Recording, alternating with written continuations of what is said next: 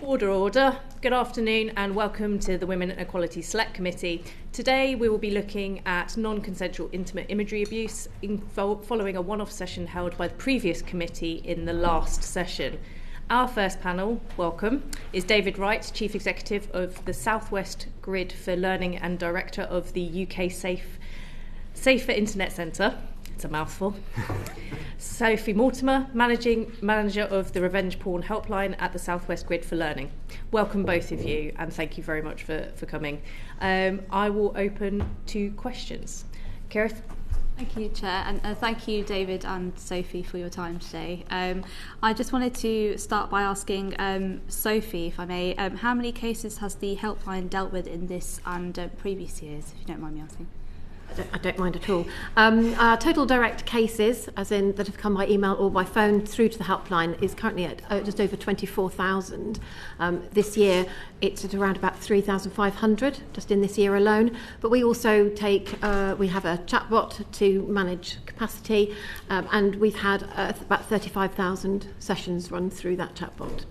Thank you. And in your sort of evaluation, what impact do you think non-consensual intimate image abuse has on victims? I think it's enormous. I think the impact on victims reaches into every corner of their lives, their personal relationships, work relationships, their ability to go about their lives, to go to the shop, to go to work, to engage with their family, their emotional and psychological well-being. And it is ongoing because as that content continues to circulate online, if it cannot be completely removed, then it's there every day and they are re-traumatised every day. Thank you. My next question is for David. What is your assessment of the police response to non-consensual intimate image abuse? If I might start as well with some thanks for the invitation to come and kind of share evidence and experience that we have. So I'm very grateful for that opportunity, and clearly, as it says, follows on from the session that we had in May. It's such an important subject. It's a subject that we, as you'll clearly discover, deal with all day, every day. And when I say we, I really mean Sophie and the team in terms of the royal we. I think in terms of police response, there's going to be no better person than Sophie to be able to provide you with from the experience that we have, because we do spend a lot of time coaching victims who have reported to the police. I can give you a statistic that we do record people's response to how they've been dealt with by the police, where they have already gone to the police before we speak to them. And of the people that went to the police, 4 times as many reported a negative experience of reporting as a positive one. And that largely comes down to the officer or the call handler, that first person they've interacted with, around their understanding of the law as it is written in both its incarnations, how it might apply to their case, and also what can be done to support them. And the sense that many victims come away with is that there is no help, that their content can't be removed from the internet, that perpetrators are rarely prosecuted and even more rarely convicted, and that there will be no just outcome for them. We move on. I just wanted to ask a follow-up question of that, Sophie and David. Are there any forces that are very good and have had a more positive response to victims, and others that would need a lot more improvement at all? It would be really hard for us to say because the nature of the offence is that people don't often share demographic information that widely, so it might be unfair to name a particular either way. David? May I also just follow on from the previous question as well about case volume too, just to add as well in terms of the increase in caseload. So Sophie's articulating the volume that we're dealing with at the moment, but one of the things that we have experienced over the last 4 years is continued massive increase in cases arriving or people reaching out. So to give you some numbers, in 2019 we managed 1,600 cases. In 2020, largely fueled by COVID, I think is fair, that rose to 3,200 cases, to 4,400 cases in 21, to 8,900 cases in 22, and last year just under 19,000 cases. So over a tenfold increase in 4 years is terrifying. And Also, as we project forwards, we're anticipating, we have no idea how big the problem is. Sophie's analogy of we're just discovering more of this iceberg, but we don't know how big this iceberg is. But on that rate, we're talking about hundreds of thousands of cases a year. Yes, I think I guess I'd kind of like to know a little bit more about, from your experience, what sort of sextortion is and who does it affect primarily? Sextortion is a very specific form of behaviour that comes through to the helpline, usually carried out by crime gangs based overseas, targeting predominantly men. Currently this year it's 91% male victims that have come to us. They meet somebody online, moves quite rapidly to sexual activity, which is recorded. Friends or contact lists have already been captured, and then there are threats to share unless paid money. And from your view, why is it a growing problem? Because it works. It's as simple as that. And there is limited, because the gangs are based overseas, it's very difficult for law enforcement to take any steps. Thank you very much. I'll move to Catherine. Hello, Sophie and David. Thanks for coming in. David, this is a question for you. So can you explain how the Stop NCII hashing tool works? Indeed, I can. Thank you. So stopncii.org is a website, is a piece of technology that we built over a period. And what it does, it stands as technology for victims who are being threatened to have their intimate images posted online. So as the example has just been given about extortion is a great example. So if somebody's threatening to post my image online, we know that the impact on those individuals can be as impactful as actually having content shared as well. The loss of control, essentially, as an individual. So Stop NCI was created essentially for that. So it supports adults anywhere in the world who's having the threat of having their intimate images shared online. It works as a victim, as an individual. You visit the website and you create what is called a hash, a digital fingerprint, a unique code that uniquely identifies the image or the video that you have on your device. The unique thing about Stop NCII, which just serves adults, is that in terms of privacy preserving, the image and the video always stay on your device. You don't share that image or video as an individual. And that's clearly an important part here. When we were constructing the technology, we collect no data and no information. We didn't want people to be second guessing how much data am I giving away here. So there's no logging into the site. There's no cookies. There's no collection of data. So you create this hash, this fingerprint, and it's that gets added onto the data set and then shared with participating platforms to enable them to identify if somebody anywhere in the world tries to post that particular image on their website to help prevent it. We're using technology that's well trodden. So hashing technology is nothing new. It's been used to identify and to combat child abuse content for many years. So photo DNA is 15 years old. You're going to hear from Courtney shortly. And so well-trodden technologies that we're trying to just utilise and make it easier for platforms to engage. And how effective has it been at preventing images appearing? So one of the things that we do, and the last, so we have over 980,000 hashes that individuals have created over the nearly 3 years that Stop NCI has been created. When a platform identifies a match, so they identify that somebody's trying to upload that image, it just invokes their normal moderation processes, whether that's automated or human. They then get to view the image or the video. They then, if it is NCII, will then add a tag onto that hash, which then goes back into the system, which does two things. So firstly, it then provides information to all the other platforms that this is now a verified hash. And secondly, it indicates to us how many times we've seen that Stop NCI has actually worked, and currently we're working at about 22,000 instances. And has every platform signed up though? So today we have 12 platforms signed up, which are published on the website, and those published on the website as well are platforms and companies who we have data sharing agreements with and who have integrated Stop NCII.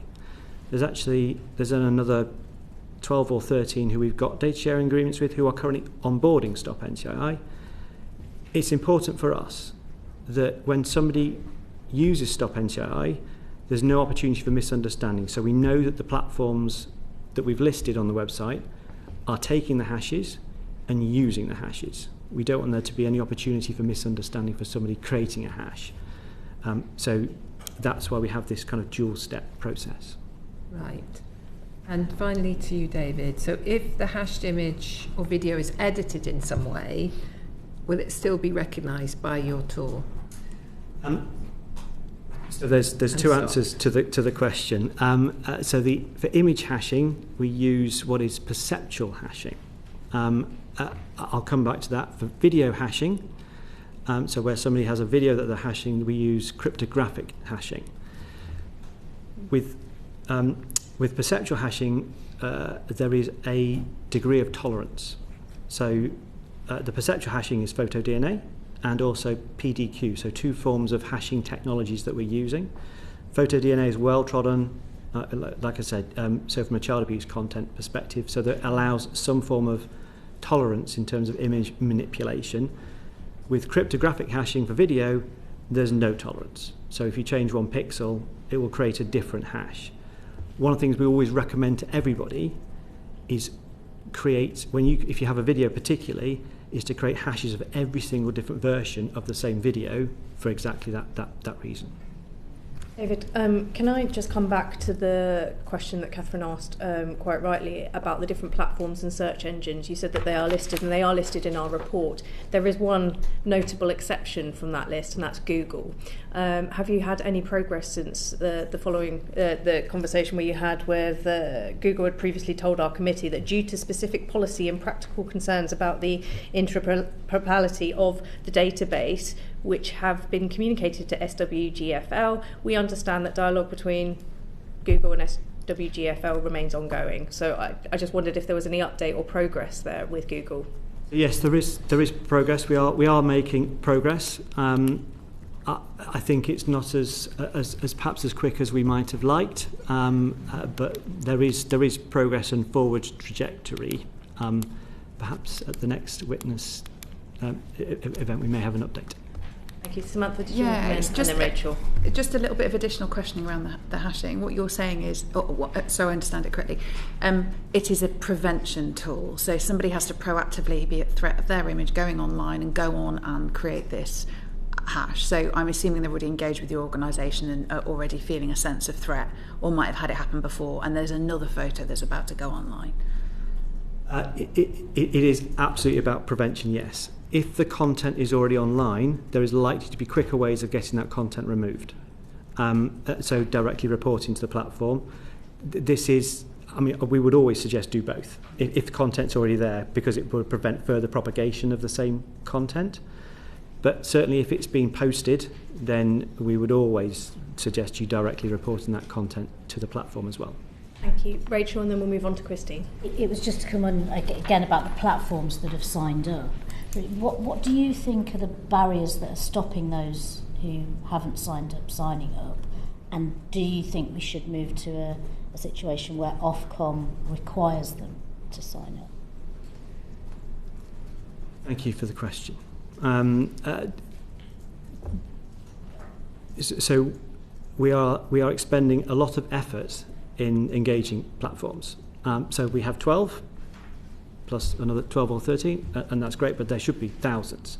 The more platforms engage with Stop NCII, the more fear we can help the discharge from victims, a direct correlation. Why is it hard?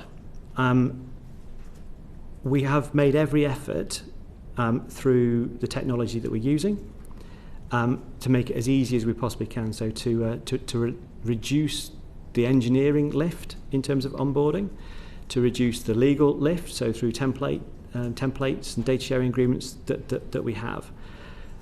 NCII of adults remains non-regulatory at the moment. So, I fully expect that within companies, when we're competing or when this issue is competing with regulated issues, that's what will take precedent in terms of their priority, quite rightly. And so that's why we're trying to make it literally as easy as we possibly can. The last evidence hearing, so we were joined by Keely Blair, the CEO of OnlyFans, who I think very helpfully as well sort of talked about their onboarding process. So she talked about it being a total, I think, of 80 hours engineering time to integrate Stop NCI, which in the grand scheme of things is nothing. And it's helpful to give some confidence, I think, to platforms. We are trying to make it as easy as we can. The second question about Ofcom, yes, is the top and bottom of it. Yeah, for exactly the same reasons. If it becomes an obligation, it becomes prioritised within platforms, and so the reorientation and prioritisation of resources. Thank you. In practical terms, Sophie, what difference would it make if Google signed up? It would make it the searching and the locating of somebody's content so much more difficult, because we know that Google is over 90% of the search traffic. And we have, sadly, too many clients that come to us whose content is shared directly under their full names, where they live, very identifiable information. If Google signed up, that would stop a lot of that in its tracks, and that would stop the continuous cycle of downloading and resharing it at another date. Thank you, Christine. Thank you very much. If I could just refer the panel to my register of members' interests before I go on. But David, if I could ask you, first of all, is the Online Safety Act and Ofcom's related powers enough to require platforms with a UK presence to proactively remove NCII content?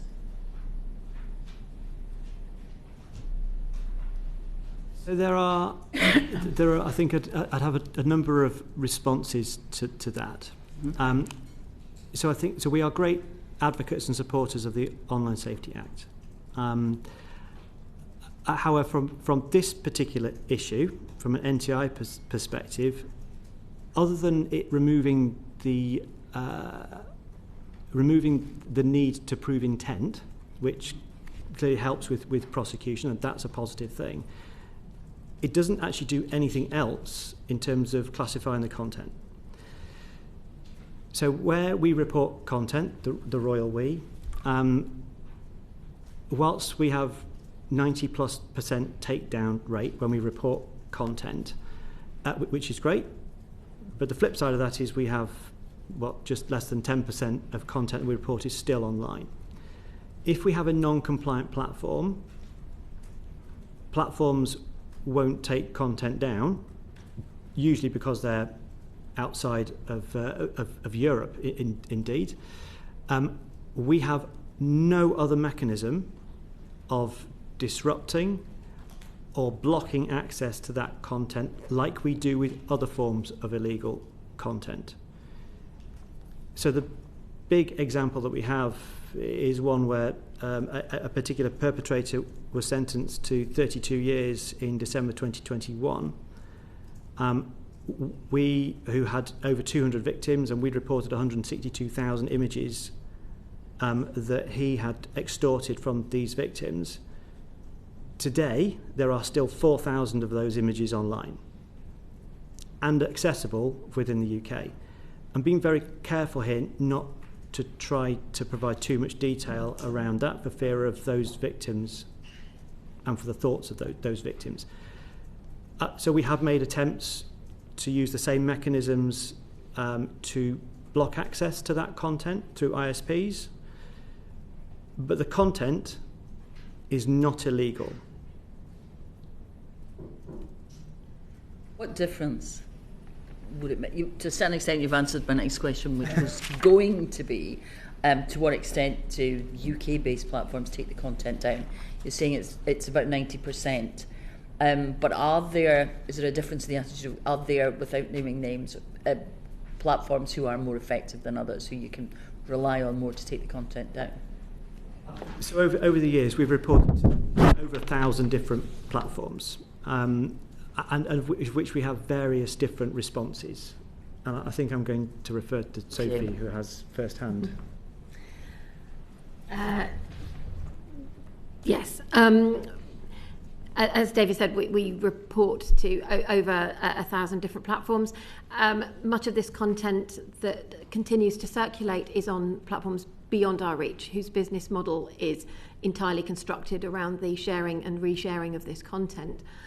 They have no interest in engaging with us because they don't have to, and sadly they're also beyond the reach of Ofcom or any other authority to take action. But the content is still there, and all it takes is a very small number of images to still be there, and they can recirculate, and you're back to square one.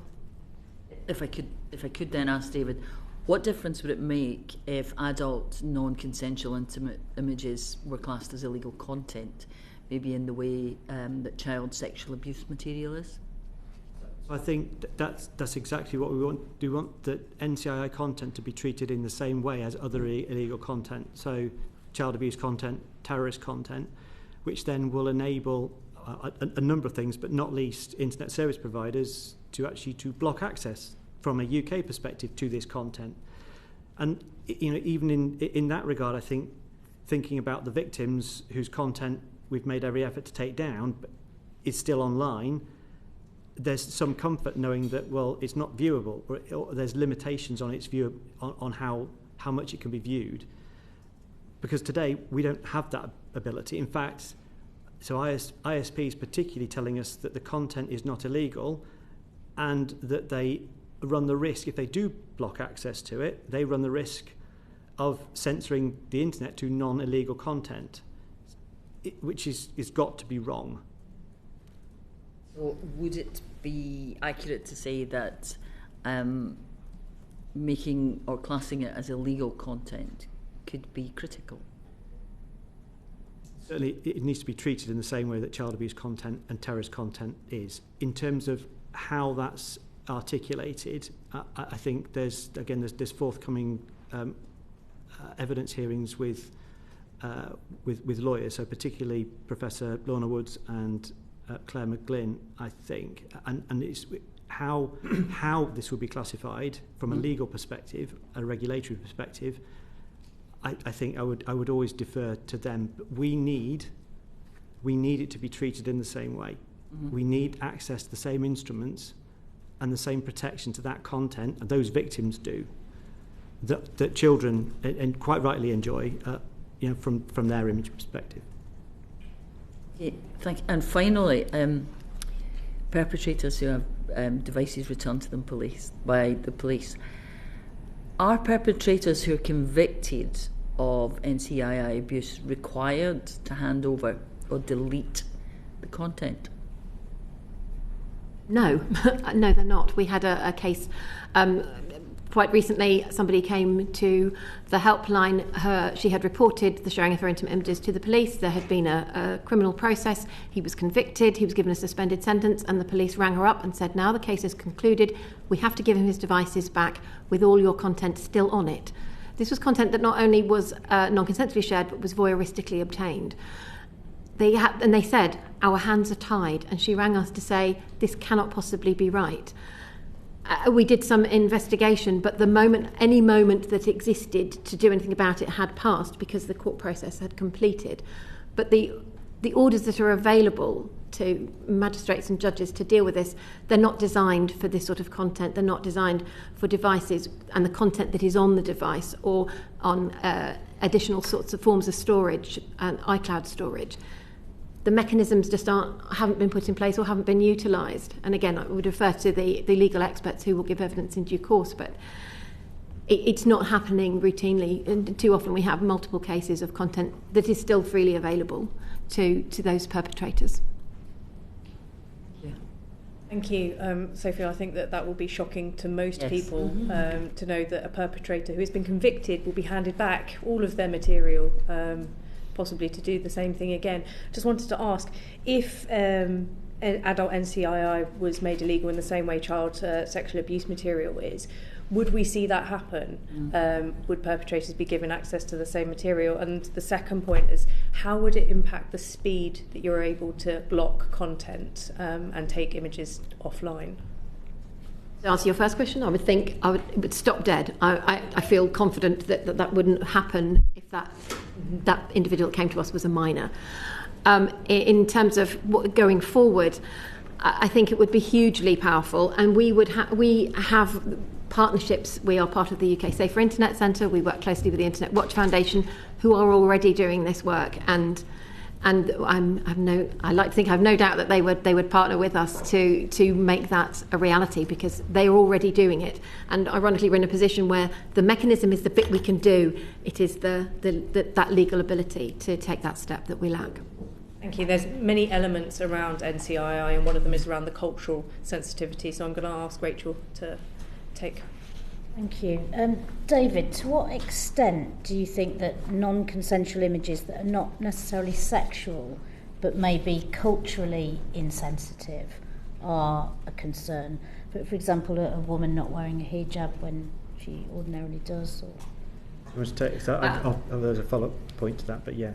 I will start just because I have some data about that. So far this year, 1% of our cases have been where the content has been culturally sensitive, but also we've been tracking impacts this year, additional impacts for people, and 7.5% of the people that have told us about additional impact have reported that there is a cultural sensitivity for them, and what that tends to mean is that they are then open to further harassment and, of course, honour-based abuse. This is potentially life-threatening in some cases.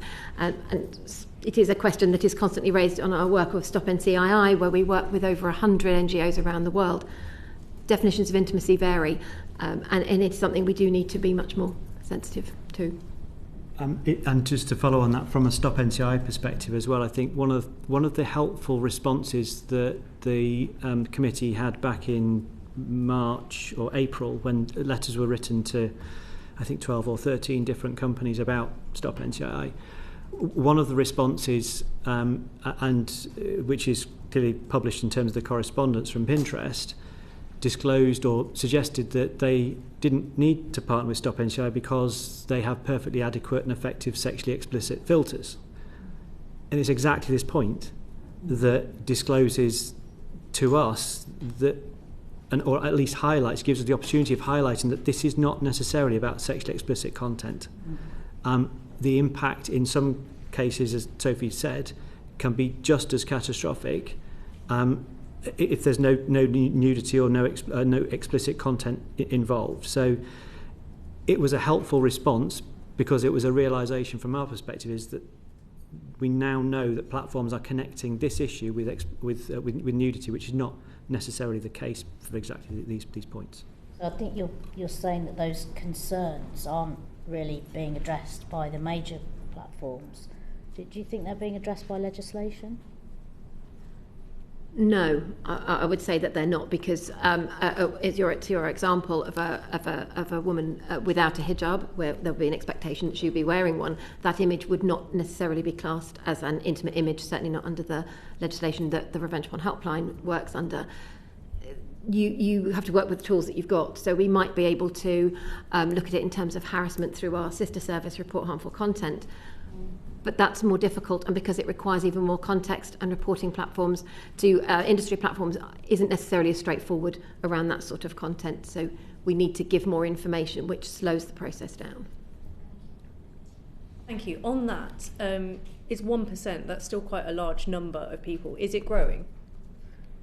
Yes, I would say that it is.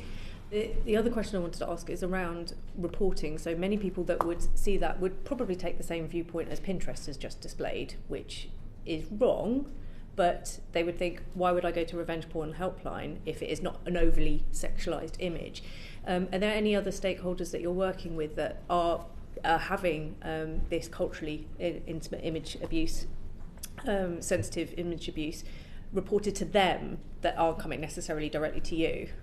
Yes, we work quite closely with both Karma Nirvana and the Muslim Women's Network, both of whom we have done reciprocal training and have good reporting routes and support each other, because we can do so much, but they can give that additional support and vice versa.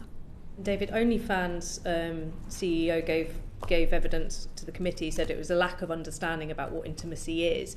Are you seeing an improvement with some of the other companies and platforms at all about their cultural sensitivity? No. I think so, but that could well be. I mean, I would like to think that this process will exactly highlight this as an issue and kind of draw that out. So ultimately, I would like to be optimistic, but I have got no evidence to suggest that it's changed at all. Do you know any of the platforms that have policies specifically on culturally intimate images at all? The Meta platforms do. Thank you. Move on to David. Thank you, David and Sophie. Sophie, one for you now, looking at deep fakes. So how many cases of deep fakes do you encounter coming through the revenge porn helpline? And maybe if you can sort of give us an idea over a period of time as well, so we can see the trends. I don't know that I've got specific numbers for this year, but I can certainly follow up. I can tell you that 72% of the cases that have been reported to were of women. And my handy assistant. We've seen a 400% increase in cases between 2017 and 2024.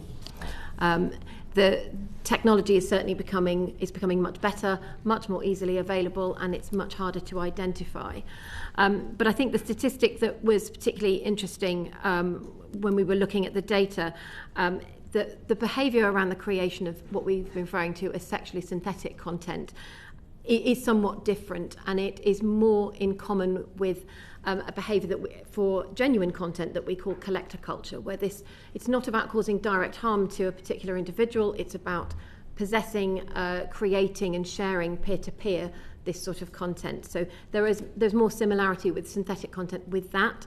So the breakdown of the two behaviours was that of the 72% women that reported this content to us, 44% of them reported that the perpetrator was a known male, and the 53% it was completely unknown, which I think speaks to these different drivers, where sometimes it is targeted at a particular individual, but very, very commonly it's not.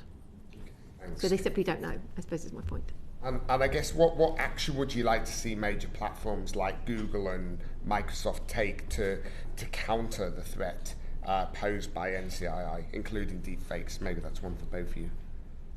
I think they need to be able to identify it and flag it, because it is really important that people can see the difference, because somebody who has been affected by synthetic content, they can say until they're blue in the face that it's not them, and people won't necessarily believe them. I think we need that creation of the registry so that we can start to deal with this content in the same way that we do where it's genuine content.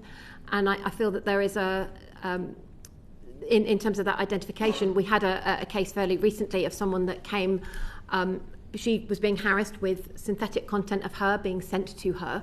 When she reported it to the police, they said, that's not you, that's someone that looks like you. And she said, no, that is me, that is my face. And they said, no, it's not. It doesn't meet the offence because it's not actually you. But it looked like her. She said it was her husband said it was her, but the police said, no, it's not you, which left her nowhere to go in terms of dealing with that content. So I can just add on as well. So Stop NCII as a technology,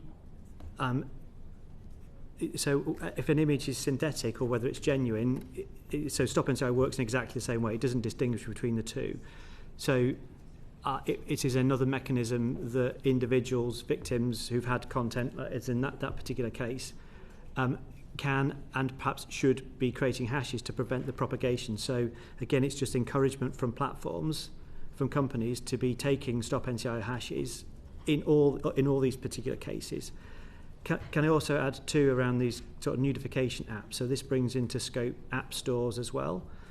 So the sort of generative AI technologies and apps that have been built that we also encounter, I think, on a regular basis. So making policies and expectations on particularly app stores that these technologies shouldn't be there. I think back in March we reported something like 29 different notification app services to Apple, who then removed them, thanking us for reporting them and to let them know if there were any more.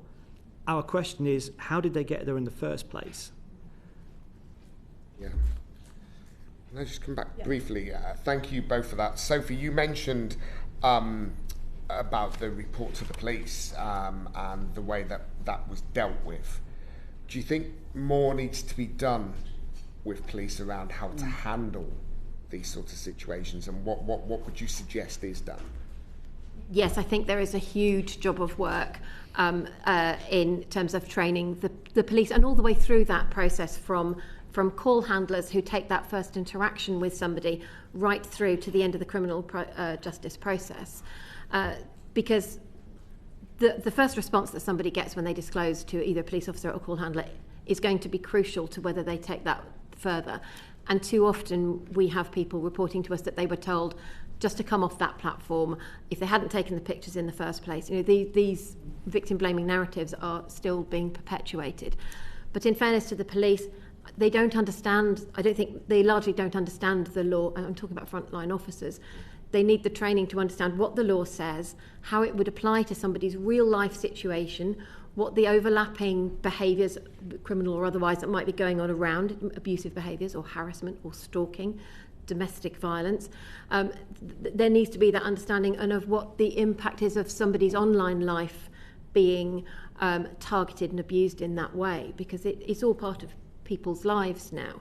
So, and the signposting to services like ours and services like Stop NCII that can stop the sharing of that content. What does evidence look like? We have no consistent approach to evidence around online offending. Sometimes we still get the police saying, can you leave that content live of this case because it needs to be live for the court case? But you could be talking months and months and months where we're being asked not to report content for takedown because the police say it needs to be done. But other forces will say, no, we've got screenshots, we've got the links, take it down. There's just no consistency, and this is not putting the victim at the heart of this process. They're almost forgotten. They are a means to give some evidence that a crime has been committed, but they're not getting justice because they're not getting the content removed. In fact, it could be being reshared all the further while they're waiting. They're not being signposted to preventative services, and they're being made to feel worse than they did when they first turned up at the police, and that can't be right. Thank you. Catherine? Yeah, I did just want to come in on two things. So do you think we should criminalise the creation of sexually explicit deepfakes then, and introduce legislation to end this form of digital abuse? Yes, I think we should, and I think we need to look quite comprehensively about what that looks like. It's the taking and the making and the solicitation of that content. And again, there are lawyer experts who will be able to support you with that much more than I can. But yes, there is no purpose to this, and it's widely available. Thank you. And if I may, Chair, the other question was really kind of taking a step back and thinking, you know, we're doing this is kind of tackling the event when it happens. But what do you both think about how we can work in schools, really, and around education, around misogyny, and, you know, this is part of the violence against women spectrum, really, isn't it? And how, you know, we've talked a lot about the end results here. How can we stop it happening in the first place, in your opinion? I think there is a huge education piece, and yes, we always end up referring to schools, and of course that's absolutely crucial, but we need to target every generation. We need to be talking to some of the more vulnerable groups. I mean, it's difficult to reach adults, but we know that older people, this can be a form of elder abuse. We know that people with additional needs can be more vulnerable to some of these forms of abuse. So yes, absolutely, we do need to be talking to young people in schools about misogyny and about the underlying attitudes and behaviours that are feeding into the sharing of intimate images. But I'm always keen that we try and target everyone. Students, once you've turned 18, there isn't a switch that's been flicked. We get a lot of reports of, certainly around sextortion, of university students. They've gone away from home for the first time, they have money in their pockets, and they are targeted. And we need to be pinpointing those. So Stop NCI exists as technology for adults. So it as a platform only supports adults. We back in 2022 we gave the technology to NetMech, the National Centre for Missing Exploited Children in the States, to create Take It Down. So the sister to Stop NCI, but works for children. Now there's clearly a reason why there's a demarcation, because of all the reasons around regulation and indeed platform obligations. If they do detect CSAM, there's mandatory reporting obligations if they identify child sex abuse material. But so just to having the opportunity and the floor that Stop NCI deals with adults, but then Take It Down, NetMech's Take It Down, actually it does exactly the same thing, but for children. And we the first question you're presented with when you create a hash is, what age were you in the image? If you're at Stop NCI and you say you're under 18, then we just merely take you and transport you to Take It Down, and vice versa as well. So it helps support. This is not just about adults. So particularly the gender split and how gender determines this issue, whether it's relationship based or whether it's extortion, then the gender balance we talked about is the same for children as well as adults. Thank you. Christine. Thank you very much. It's listening to everything you've said. It's a general question. Everything you've said, I wonder the extent to which the Online Safety Act is being effective. But the legal system has really to catch up with the sophistication of what it's dealing with, especially your answer, Sophie, about deepfakes made me think that we've got a lot to learn. And is that a fair assumption? I just to the point about Online Safety Act, and there was an additional point that I did want to make as well. So. Ofcom's powers, and we know that DCIT and ministers have said that the Online Safety Act will cover this. And again, I'm going to defer to both Claire and Lorna around their interpretation of the Online Safety Act and how it doesn't determine NCI to be illegal. But Ofcom do have powers, or will have powers to provide service restriction requests and service access requests, so enable to disrupt where platforms haven't been compliant, and if that doesn't work, then to submit service access requests to help block. Two things I would say about that in response to if DCIT do make that point is Ofcom aren't supporting individuals. And each of these processes are going to take probably weeks or months. We need, like we have with child abuse content, like we have with terrorist content, we need immediate intervention and immediate response. I think, when the team are supporting victims, the thing I'm continually reminded about is that when they do want help and support, I want help and support now. I want my content removed now, not in a few hours or a few days. I want it removed now. So I would suggest all of that mechanism is wholly unfit for purpose if that's what's going to be expected. Thank you. One from David. Very, very quickly, just jumping back to the sextortion figures you mentioned, 91% were male. Is there any disproportionality there as to whether it's gay males who are impacted or whether it's straight males, or have you got no data on that? I wouldn't say, I don't think we've got enough data to say. As I said, it's quite difficult to collect demographic data. The people that come to us are feeling very violated, so they tend to disclose the minimum. So I wouldn't be able to speak to that. Do you know if they've been targeted by people purporting to be women or to be men? It appears predominantly that they're purporting to be women. Right, okay. Thank you. We've touched on the international element of the work that you do. I just wondered whether you could elaborate on some of the work that NCI is taking place with the UN, US, tech sharing, all of that, because this is an international problem. We can tighten up our laws in the UK, but actually we need to solve this problem internationally. So it would be great to hear from you, David and Sophie. Yes, so a really pertinent question as well. So I've worked in this space for well over 20 years, and I am struck by the parallels with where children's harms were in terms of NCI, where they were 15, 20 years ago. Now we have an advantage there as well, is that it provides you a blueprint or an ideas about and technologies that we can use too. It is an international issue. I will say, so the Revenge Porn Helpline was the world's first helpline that supports adults, that was set up to support adults. So there's a lot of pride in that. Today, it's still one of the very few services that are available internationally. I think it's perhaps 5 or 6. There are other NGOs around the world who do provide some support, but it's usually off the back of providing support to children. And if I give you an example, a couple of years ago, there was a foundation created in India that was set up to support children around intimate image abuse. And the first 2 months of it being live, 40% of the cases were from women, because there's no other form of support available to them. So dedicated services are very few and far between for adults, but like I say, we are lucky in the UK in that victims have access to dedicated support.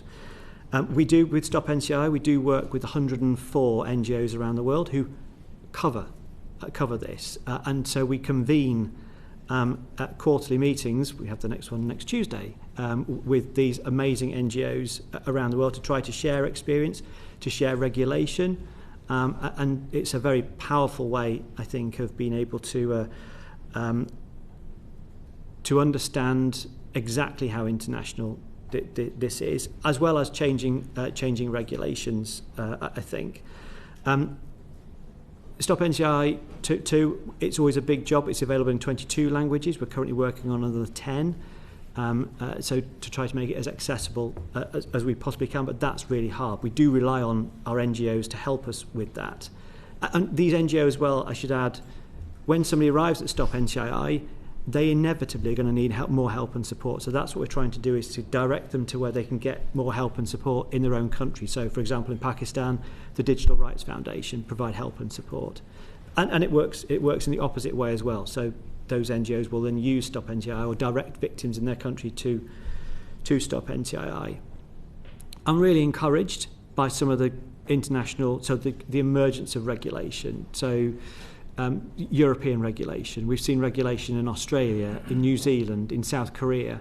The Digital Service Act, the Equalities Act within or directive within Europe, and then more recently as well, the UN Cybercrime Convention, specifically having Article 16 around non-consensual intimate image abuse and expecting members to have laws about NCII. And we know that's going to help, because there's big areas of the world where there just are no laws at all. Even, I know we've been critical of our law and it not providing enough coverage, enough support for victims, but we have some form of experience and law as well. So we hope to be able to then provide that experience internationally back as well, as to the gaps that may well occur and what good law might look like. Thank you both so much on behalf of the committee, the new committee and the old, I would guess. I want to thank you both for your patience in getting this far to the report and to the inquiry, and thank you for all the work that you do and for the evidence that you've given today. So thank you very much. Thank you. Thank you.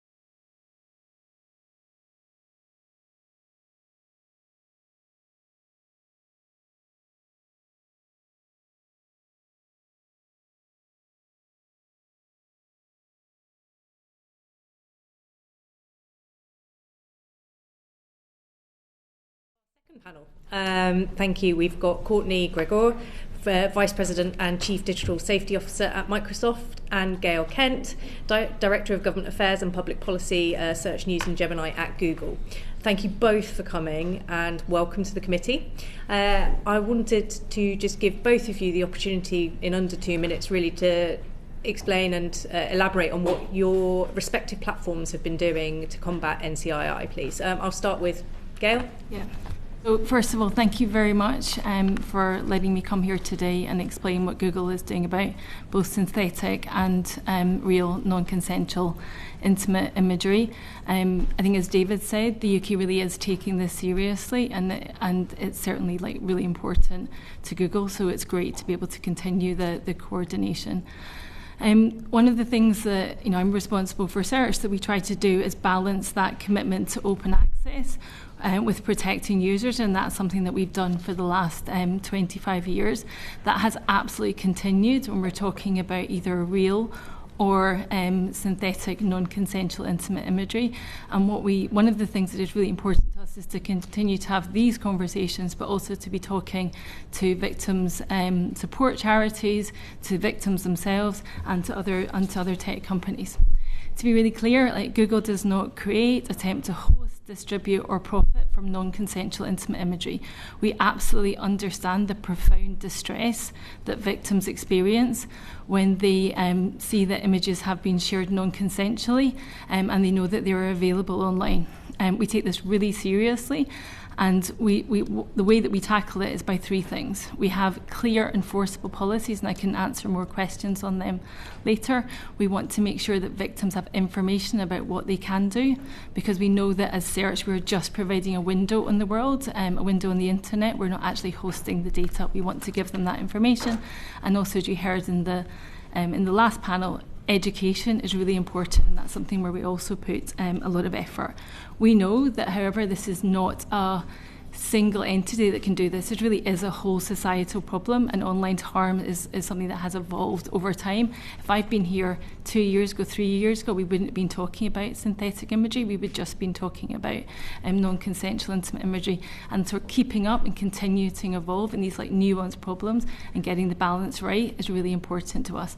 But we know that as a company that is responsible for helping users navigate trillions of websites, this is something, and web pages, this is something that we really need to be talking about and working on, and hence our continued focus on innovative solutions, and we can talk a bit more about that later. But thank you very much for inviting me, and I look forward to answering your questions. Thank you, Gail. Courtney. Thank you, Chair. Thank you, Committee, for drawing attention to this really important issue. The new era of AI is truly upon us, being leveraged for positive forces like advancements in healthcare research. But with any technology advancement, we know that there are those who are going to utilize it to do harm. The creation of currency yielded counterfeit. The creation of the telegram resulted in wire fraud. Creation and dissemination of synthetic NCII was actually around before even the advent of generative AI. If you look at 2019, it was Sensity AI that gave us the report that 96% of deepfakes were pornographic, and 99% of those were impacting women. I'm really appreciative that the UK has been a global leader on this issue, criminalizing this dissemination of intimate imagery in 2015, documenting the very significant mental and physical impacts that this harm has on women in a research evidence dating in 2019. We look to those evidence reports as we think about our approach. Microsoft has had a long-standing commitment to address image-based sexual abuse. We take this responsibility to protect our users from illegal and harmful content, particularly children, very seriously, and to contribute to a safer online ecosystem.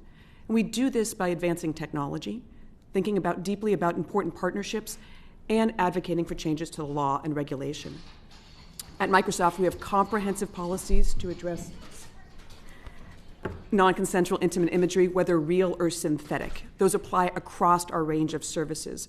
In addition, we have to think about how do we specifically address this on specific services. So, for example, on GitHub, we have a policy that prohibits the sharing of software tools that could create non-consensual intimate imagery. And we prohibit explicit sexual content being created through our Microsoft generative AI services. As was mentioned in the last panel, we were very proud to partner with Stop NCII through our Bing search engine and believe we are the first search engine in the world to do so. How we approached this was first and foremost donating the technology PhotoDNA that we created 15 years ago to tackle child sexual exploitation and abuse imagery. That's been explained why hashing technology is so important to putting a victim's rights first. What we did was update PhotoDNA technology so that it could be utilized on a device, so a victim wouldn't even ever have to send that image even to an NGO they trusted. They could hash it within their device and send that hash of the content that they wanted to be stopped being disseminated or hopefully prevented from being disseminated. We've utilized NCII hashes in our search index, and that has resulted in taking down over 350,000 images of NCII in the past 6 months. Yesterday, we shared and brought together some stakeholders to talk about this very critical issue and put forth what we believe are proposals to address this from a policy and a legislative perspective. Happy to talk about that more, but as we think about a whole of society solution, you can guarantee that Microsoft will continue to advance technology to ensure we can use AI for good, such as tackling this very sincere harm and detecting it across the ecosystem, making sure we have deep partnerships with those who understand and listen to the rights of survivors first, and advocate for laws that will get us up to speed to ensure that AI works for us as humans, not against us. Thank you both. I think that there is clearly a contrast in activity, and I want to dig down a bit further into that. Gail, I'm going to come to you first, and Courtney, I'm going to ask you about how your partnership with Stop NCII is working and how it's progressing. Gail, when I come to you, you said that Google are taking 3 steps to step up the security on this. First one is policies, the second one is victim information, and the third one is education. Can I just ask, how are you assessing the effectiveness of this? Yeah. And have you assessed that your approach to it is more effective than partnering with Stop NCII, or do you have plans in the future to partner with them? So let me answer both the partner with the NCII question and what we do at the moment. Perhaps it's easier to answer the Stop NCII question first. We absolutely, as David said, continue to be in conversation with them. And when I explain what we do, I can also explain where the sort of like the one problem has been in the conversation that we're having. So it's not just about having policies, it's about having enforceable policies. And the first thing that we do is we enable users to report, so victims to report to us. And we spend a long time developing a system that does that takes into account the needs of a search engine. So the most important thing to remember is we are providing a window onto the internet. We are not hosting the content itself, but obviously we know, as was previously discussed, that it is not comfortable for users. It is like deeply difficult for someone to come across their images on search. So what we want to do is give them the ability to not only ask us to remove those images from search, but also to go further and to look at the terms that were used to search for those images and the URLs. And when we do that, we do 2 things. We not only look at the images themselves and remove them, but we also look at duplicates. And this is really important because we don't want.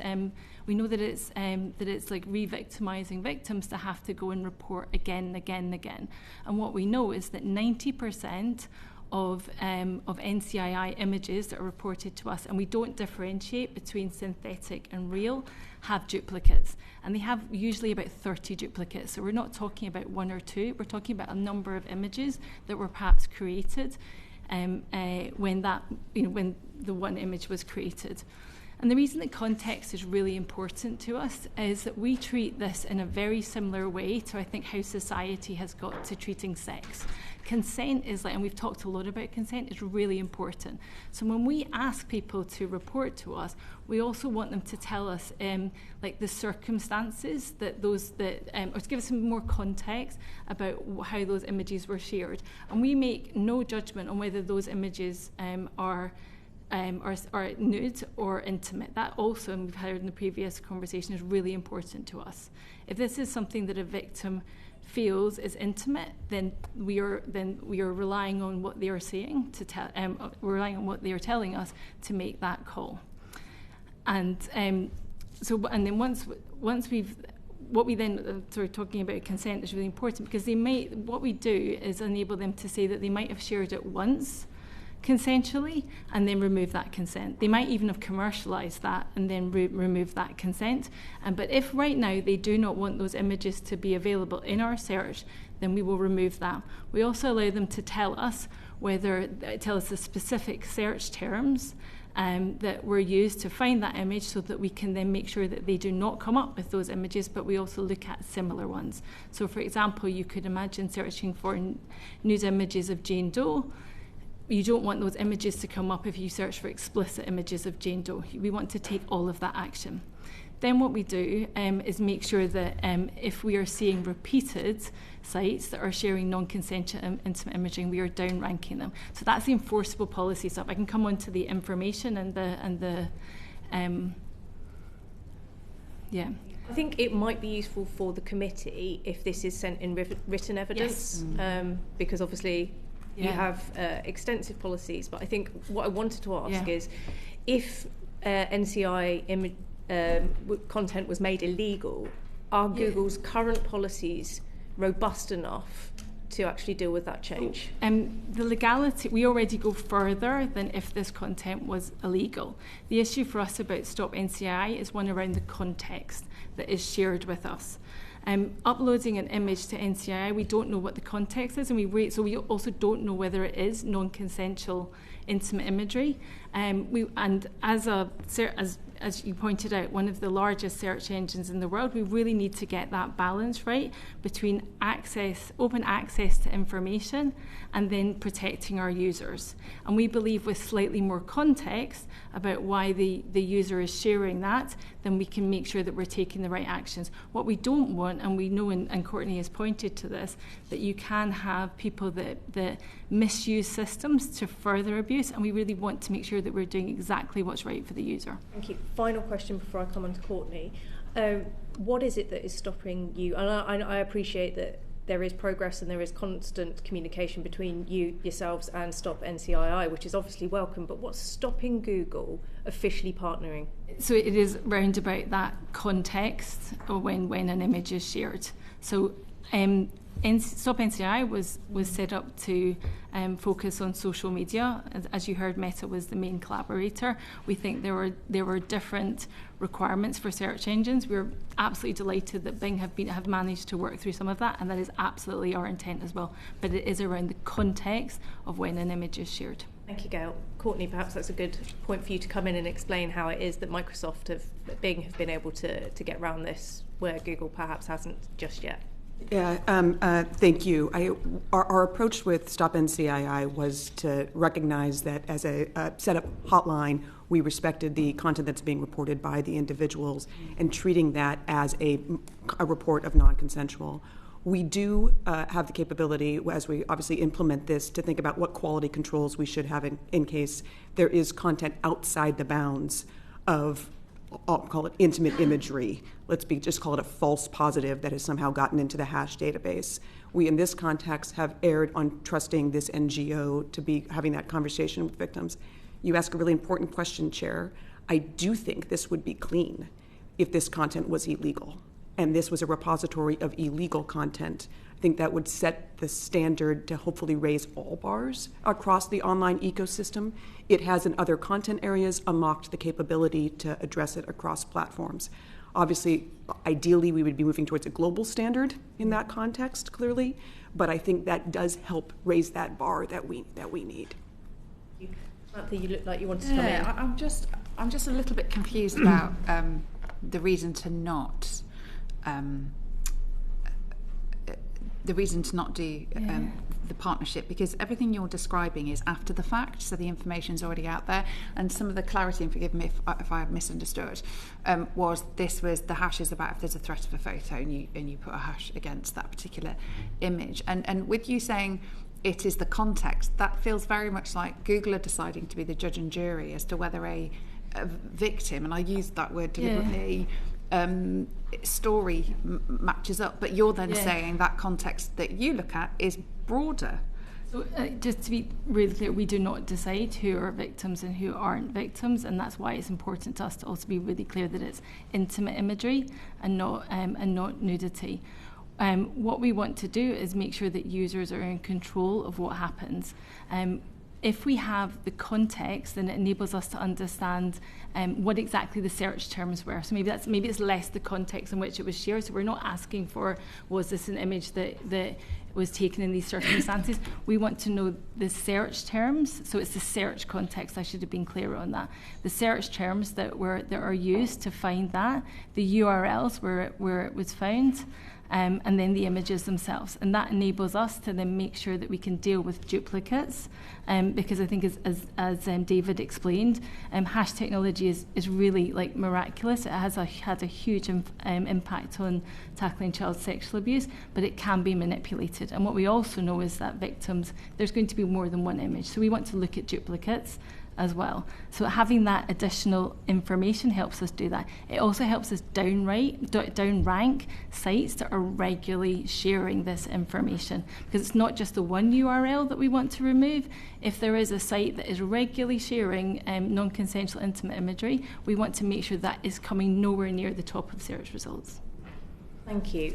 Just Courtney, just so we can dig down how your partnership works with Stop NCII. If Bing produces a search result that matches a hash you've received, are you able to feed that URL back to Stop NCII so they can make efforts to have that material removed as well? Is that information sharing, how does it work?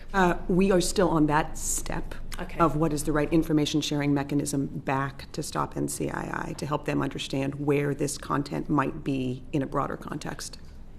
Thank you. Rachel. Thank you. Thank you both of you for coming along today. The speed with which NCII is taken down is really critical to reducing its spread and also its impact.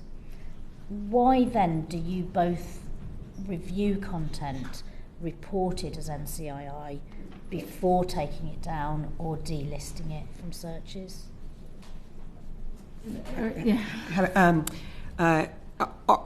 One of the challenges as we have approached digital safety for over 20 years is misuse of reporting mechanisms. And so where I think the healthiest use of technology as we think about safety all up is how we get to a place where we reduce false positives. Now, there are additional complications in this content area, obviously, because we are talking about a wide range of intimate imagery, and as noted, consent is really important. But in this context, we do want to take this step of understanding, does this meet the boundaries of the policy to ensure we are addressing this? And in fact, that's a core element of regulation in this space. How are we going to prove that we are accurately enforcing our policies and accurately and transparently reporting that we're actioning that content? So even in the hash context, we know there's a space to ensure product quality. Your point, however, very well taken, is speed is critical here. Speed and addressing the duplicates and addressing where else this goes across the online ecosystem. So it is a place where we humbly have to continue to get better, and where honestly, AI can help us get better. Can I just ask, how long on average does your review process take? It actually varies by content harm type, if that makes sense, because we prioritize, as you've articulated, both child sexual exploitation and abuse imagery and non-consensual intimate imagery to address rapidly. The challenge becomes, and understandably, one of the places where we want to continue to get better, users sometimes don't report it under the right category, and so it may be NCII that they've reported elsewhere. So it varies, but those are a priority. On average, how long would it take? Our SLA, we endeavor to be in a place of hours. I think I'd give exactly the same answer. Yeah, as well, Gail. I think I'd give exactly the same answer. Like, there is a, unfortunately, so yes, our aim is to take it down as quickly as possible. We understand the harm that this causes, and I think, as David really clearly said, and as from previous witnesses as well, and I think we can all understand what it's like to know that images is out there. So really, we want to take this down as quickly as possible, but we also want to make the right decision. So you leave it there to review it rather than taking it down to review it and then putting it back. Is that correct? It does vary by our service. We can suspend access to content while reviewing, depending. In the search context, that is much harder to do, given that is not our content, right? So there is no And so it does vary by our service, if that makes sense, the ability to suspend content from being accessed by other eyes while a review process is happening. Obviously happens in our gaming environment or LinkedIn environment. In a search index, that step is not possible. And I think that this is where getting it right is so important to us, because we're committed to open access. We want people to be able to go to Google and find the information that they need. What we don't want is for information to be missing because of the sort of false positives that Courtney has talked about, where we've taken something down without checking that it is indeed non-consensual intimate imagery. Thank you. One last one, Rachel. Yeah. I was going to push you on that point, but I will move on.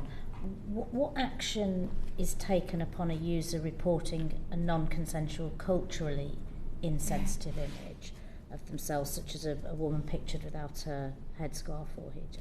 We leave it for the user to define what is an intimate image. We do not make any decision on that, so we treat it in the same way as we would any request of this type.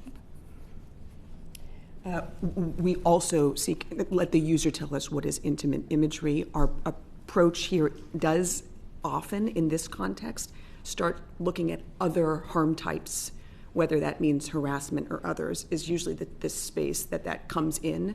But I just want to be honest, I think this is a space that we need to learn how to get better at. Right now, if an individual reports that content, we would action it as likely intimate imagery or access of private information, but the question is, how do they know where to go? How do we make them understand where to report this? I think is the space that we're seeing a delta in the ecosystem. And if I can maybe sort of add one thing, this is where Google, when we're thinking about harms, really takes its global responsibility seriously. When we're looking at people that are responsible for reviewing this type of information, we make sure that we are drawing from a wide range of languages, cultures, nationalities, so there is that experience and knowledge. Would it be fair to say your primary objective is to make sure that the data that people are searching for is paramount, as opposed to there being harm with some of the images? No, I would say Google's goal is or our mission is to organise the world's information and make it accessible and useful. And in that useful, we really are trying to balance both access to information that people are looking for with protecting users and complying with laws. I don't think it's an either or. You've got that balance right? I think it continues to be something that we need to think seriously about as harms develop and as how we use the internet, including with AI changes. Thank you, Rachel. Thank you. I want to follow on pick up on where Rachel left off, really, about this balance. Both of you talked about the false positives and the fear around those false positives. So there must be quite a large number of false positives generated, surely. Have you got the statistics and figures for that for either one of you? I don't. I'm sorry. You don't. If you don't have them to hand now, it would be great if you could write into the committee, because obviously, if there is such an imbalance, I mean, I'd be interested to see what the percentage of false positives are, because if you are preventing yourselves from deleting or delisting an image or video because you're worried it might be a false positive, surely there must be quite a high percentage of false positives. Can I perhaps give you sort of also because examples, we know that people, as Courtney said, misuse these systems. They misuse these systems globally as well, and you can imagine the impact on us taking action on an image that was maybe related to current events, and doing that automatically rather than making sure that it is something that we should be enabling people to see. The impact of not getting this right is really significant. Chair, if I may, we'd be happy to follow up on this, but the way I acknowledge, one of the real risks is in the report a concern flow for our users. Honestly, on average, we see 50 to 60% of that content being unactionable. Now, the range of what's coming through there, let's be honest, how we can get better at this. Sometimes a nefarious actor is using a bot to report the same piece of content about a real-world event that they would like suppressed off the internet. We need to get better at detecting when it's a bot. Submitting a report abuse that into a space And as you might imagine, these actors will, of course, use a prioritized harm as they're doing our workflow because they know we're going to prioritize looking at child exploitation content or gender-based online violence.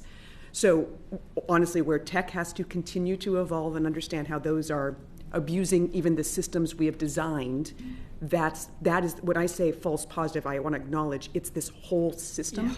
How do you ensure that the reports that are coming in are actually from users and get the noise out? How do you then actually ensure we help users understand how to report us actionable content? And it's where we've leaned into partnerships, where there's an opportunity for a single moment to that report, and how do we address? And so then our quality control on that looks a little bit different than when I say a bot is attacking our report abuse scenario. But I give that context. Thank you. I've got some follow-up questions from Kerith and then David and then from Catherine. Yeah, that was going to be my question, okay. Chair. I just wanted to know if you might have the information to be able to share with the committee in terms of how many false positives you are receiving and how grave a threat it really is. And it's a difficult term, if that makes some sense, because sometimes we say false positives as if the technology to detect has caught something it shouldn't. In this case, we know we can get better at everything. How do we leverage the right report abuse scenario so a person knows that they're telling us what they need to tell us as minimal as so we can action? How do we make sure we get other people out of that system? How do we not put artificial barriers to the reporting system? But so it's a hard thing to unpack, but someplace that we know we continue have to invest. And I wanted to ask, on the culturally sensitive image usage, do you both have policies and training in place on that? For Google employees, yes. We really are about putting the users first, yeah. It is an intimate imagery policy. I suspect we can get better at training. David? Thank you. I just wanted to come back on something Rachel brought up around the review process and how long it takes. This is really important because the longer that image stays online, the longer that person's suffering harm and potentially the further that person's suffering harm. Yeah.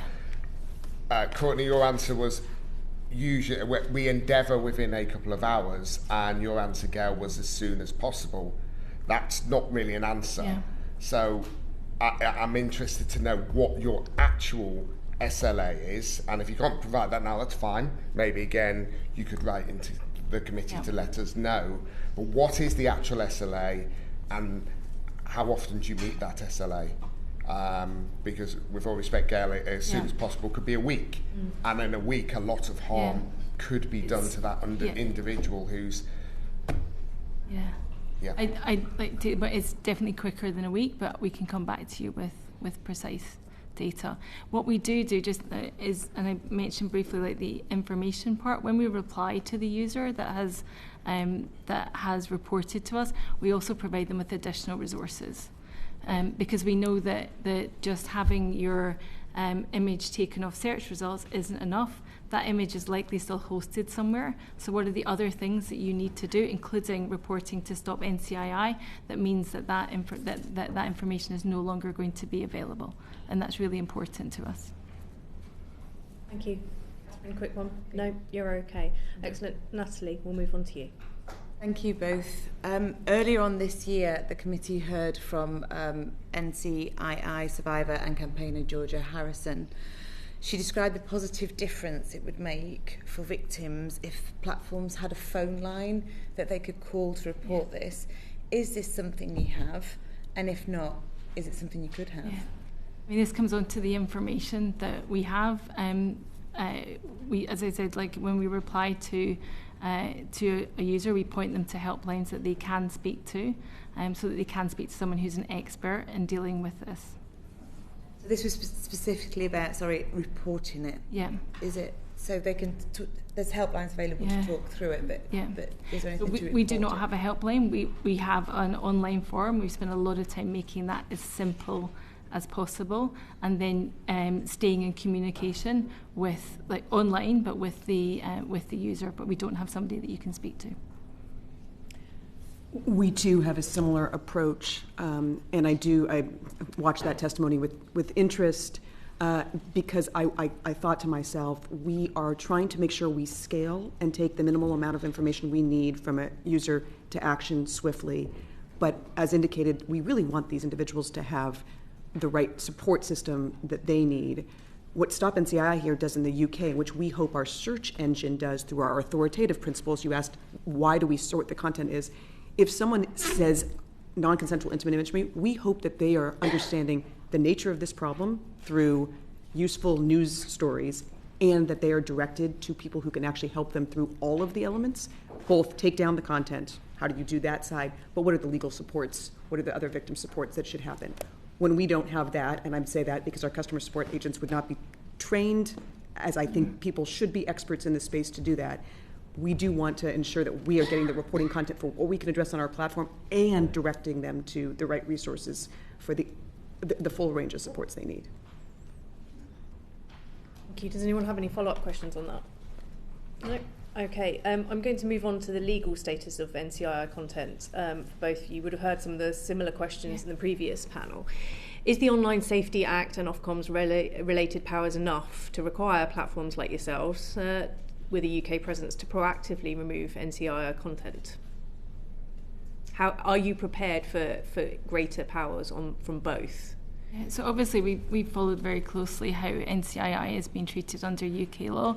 As I said, we believe at the moment we already go further than if this was illegal. But I think what you've heard from other witnesses, and I think as Microsoft said in their statement, that clarity is always helpful. Yeah, can I just push back a little bit? Because you've said this a couple of times now, that you go further than if the content was illegal. If that's the case, surely there would be no availability of NCII for adult content, and it would be the same as child abuse, sexual material. So I just wanted to know what level you're holding yourself to there, because I think that that's such an important question. It comes down to consent. So I spent a lot of my life dealing with child sexual abuse material. We are good at identifying. It's not easy, but we are good at identifying child sexual abuse material. And as David said, we've also got much better society about understanding the spectrum of material that exists. And because it is somebody under the age of consent, it is easier for us to define what that looks like. Once you get to adult intimate imagery, there are legitimate times when intimate imagery is produced by adults who are consenting, who may also wish to share that material and do that with consent. Understanding that this is without consent is the difficult part.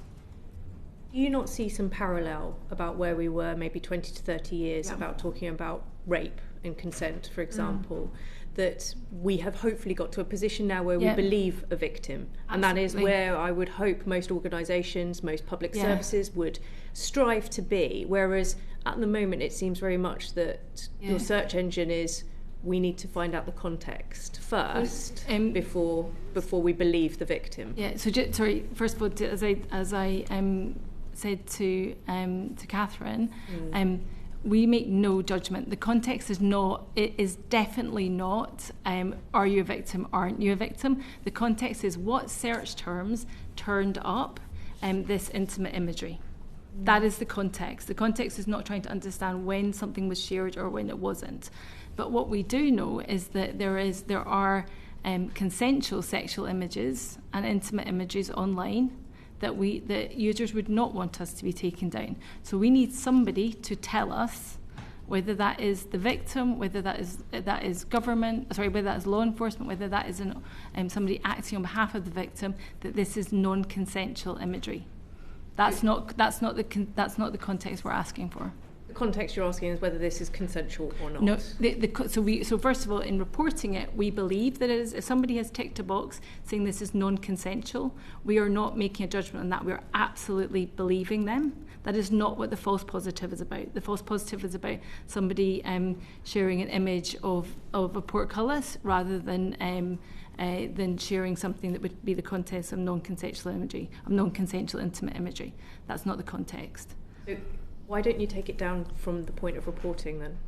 So that is this is the conversation we've just had, where we absolutely do want to take it down. We just need to make sure that that is intimate imagery and not something that is the sort of false positive that Courtney was talking about. I appreciate that this is a conversation that we've gone over, but I feel like we haven't got down to the real reason as to why it is that's a priority over something else. Courtney, could I just ask yourself about what it is in terms of how you're treating NCII right now, and if it was to be made illegal, what changes that would make to your processes?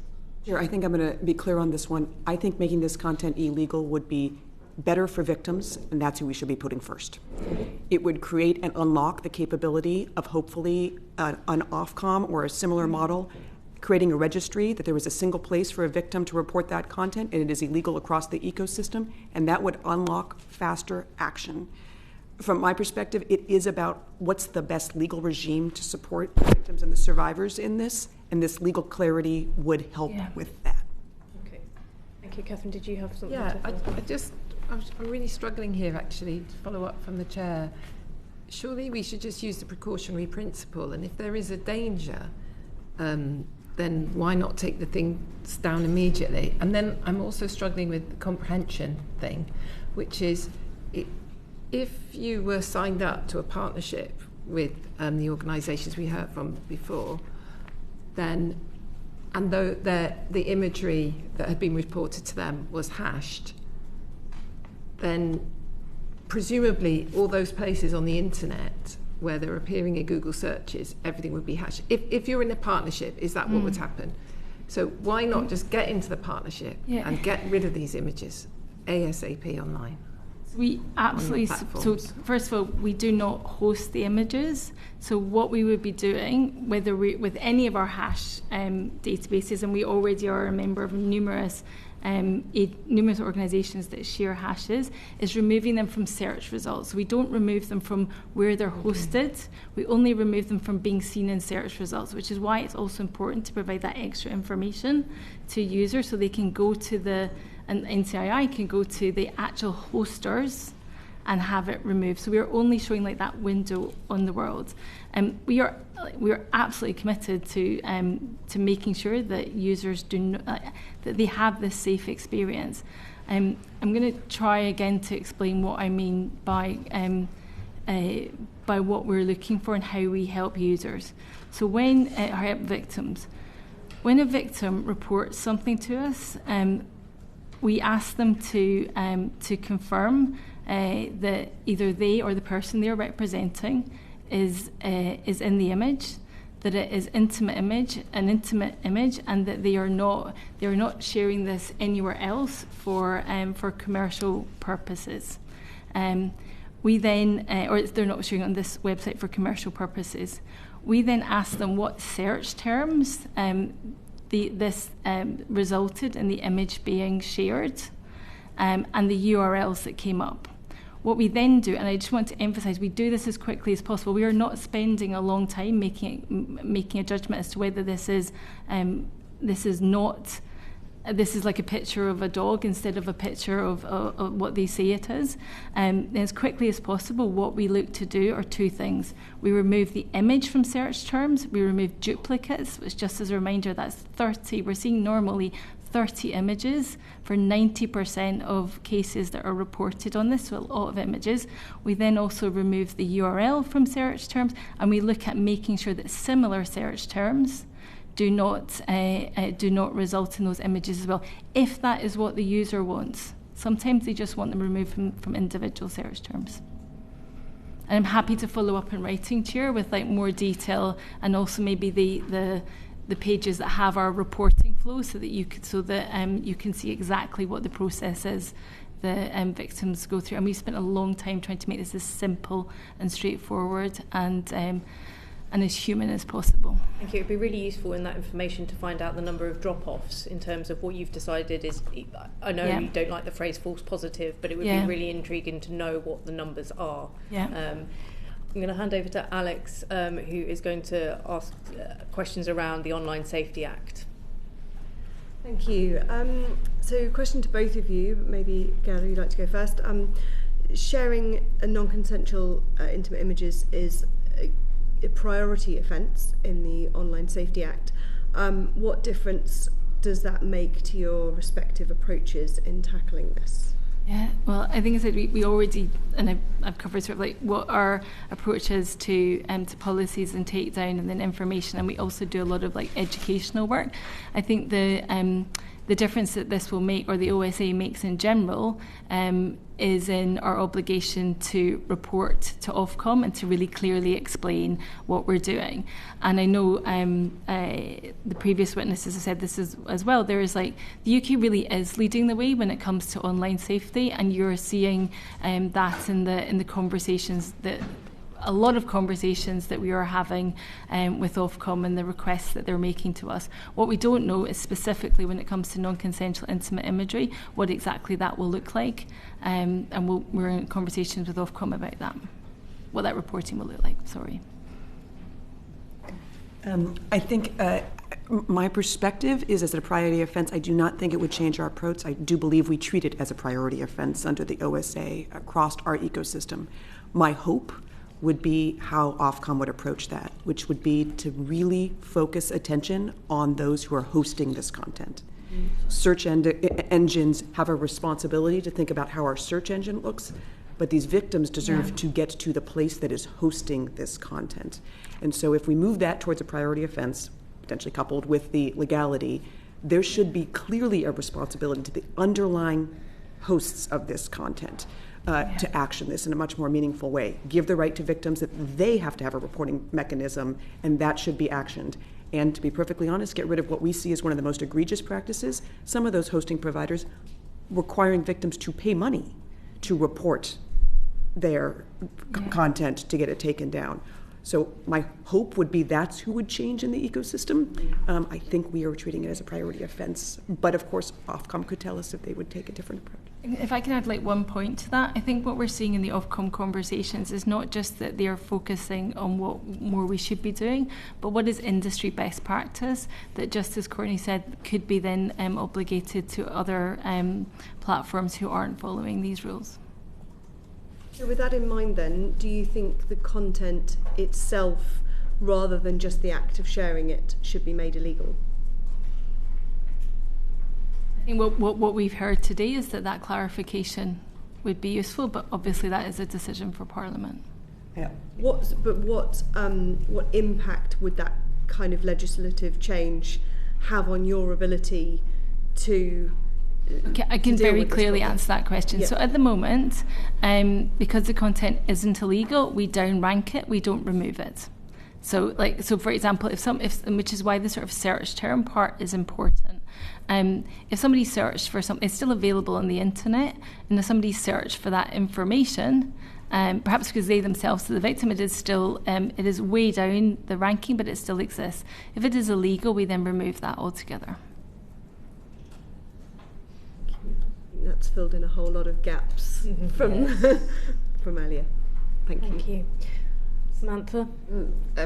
It's interesting the we go further thing, because I've heard several times we go further than if it was illegal already. So it feels like we don't, because you've just said if we go further, if it was illegal, we would remove it rather than downrank. So we still wouldn't be able to we would still have to have somebody report it to us for it to know that it was non-consensual. Slightly moving on, but sort of staying in and around the same topic. I know your report, Microsoft report, was talking about some of the extra steps government needs to take, particularly when it comes to resourcing police. And I know we've probably touched on some of this, actually, some things that you think would be good from government, but just to sort of summarise from both of you, and I'll come to you first, Courtney, if that's okay. What action do you think is required from government, both legislative and otherwise, to effectively address the emerging challenges with the NCII, including deepfake stuff? First, one clarification that's really important, understanding that previous law has focused on dissemination because that was the nature of the harm before the advent of generative AI. Let's be honest, the creation of synthetic sexualized imagery needs to be considered now as illegal because of how generative AI is being used to cause this abuse. The previous witnesses have been very clear about how that it may be different, and so meaning what the intent of that person is different, but at the end of the day, the creation of it is causing the harm and needs to be legally addressed. I do think that legal clarity would unlock help and support, but as we have seen, really truly, the mobilization that can happen around a registry for a centralized place like Stop NCII to be resourced, that means that people need to, every user, every citizen needs to understand that exists, that that's where they should go, that that has the resources and the support to counsel.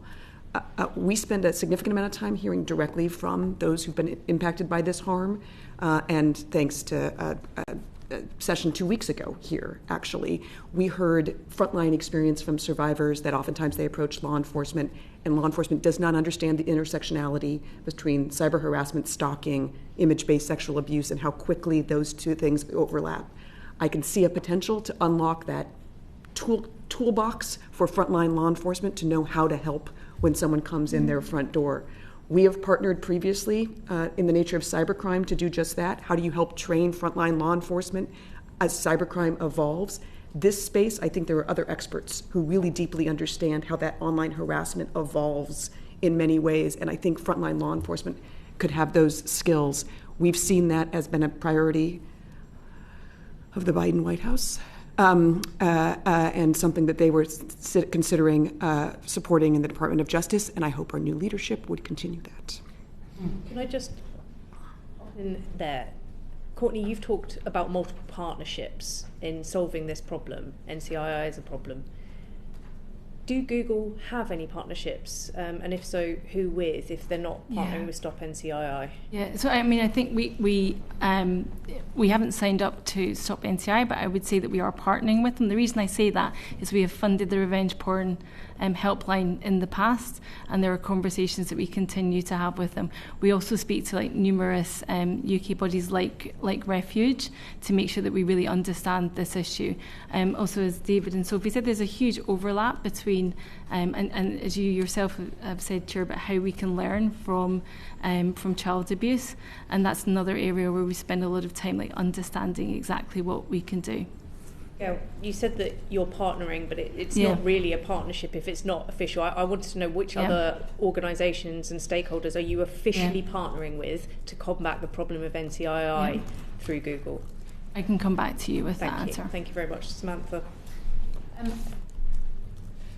So, generative AI is a topic of conversation for us for so many reasons.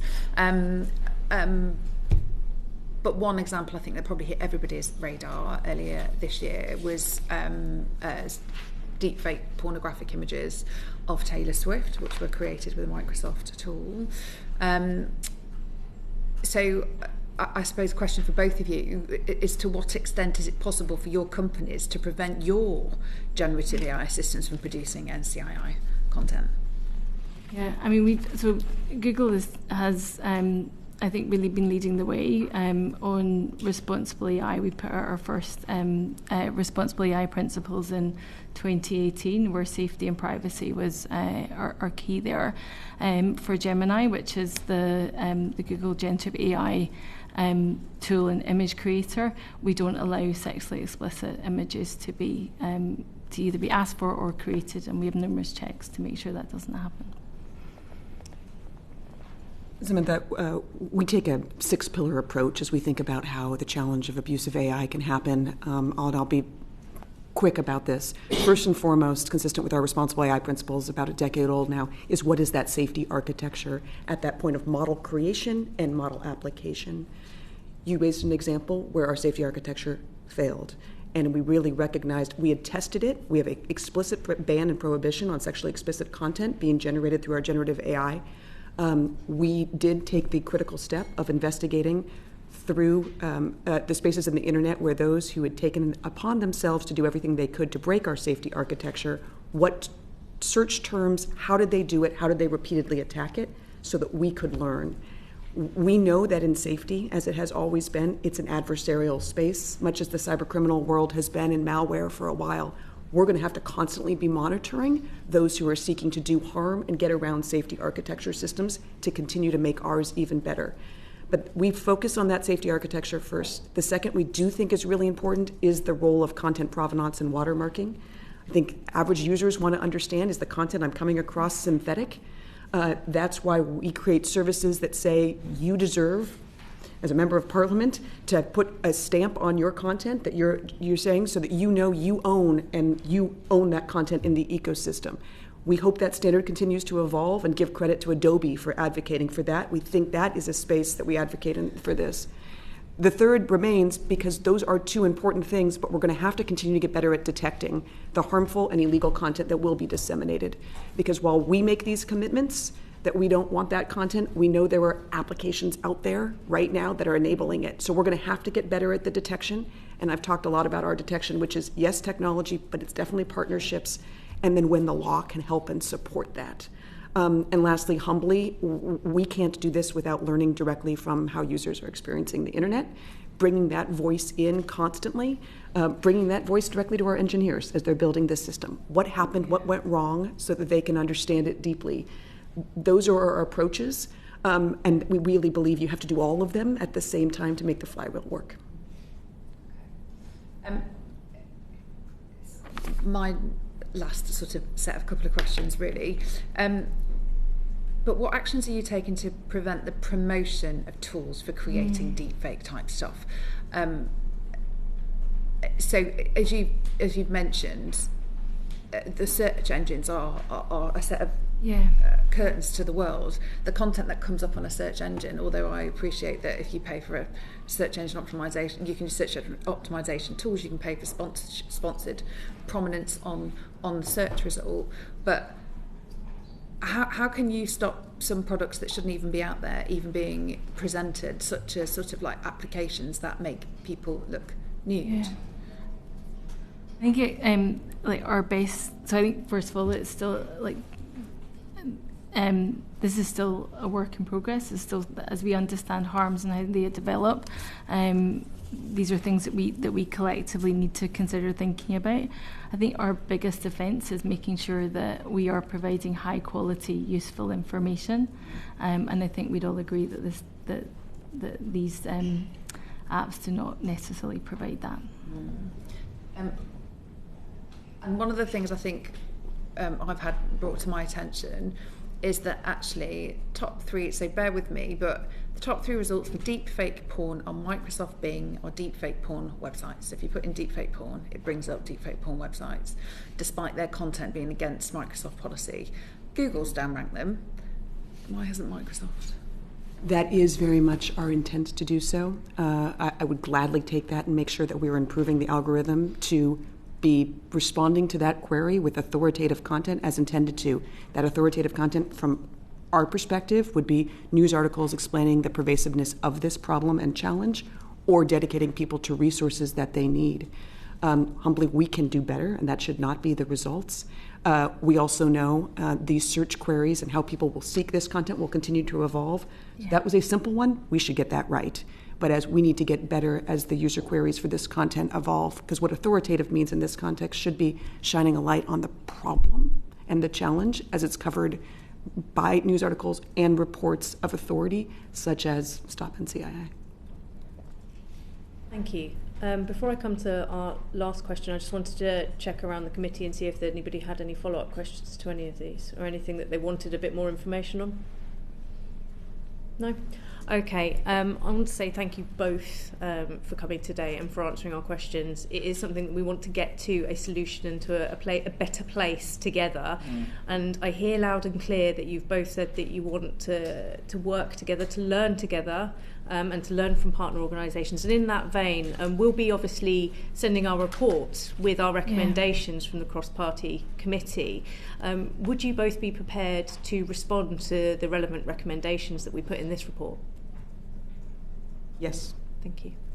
Thank you very much. Thank you both very much for your time today and for all that information. And we'll look forward to some of the written answers as well. Thank you very much. Thank you. Thank you.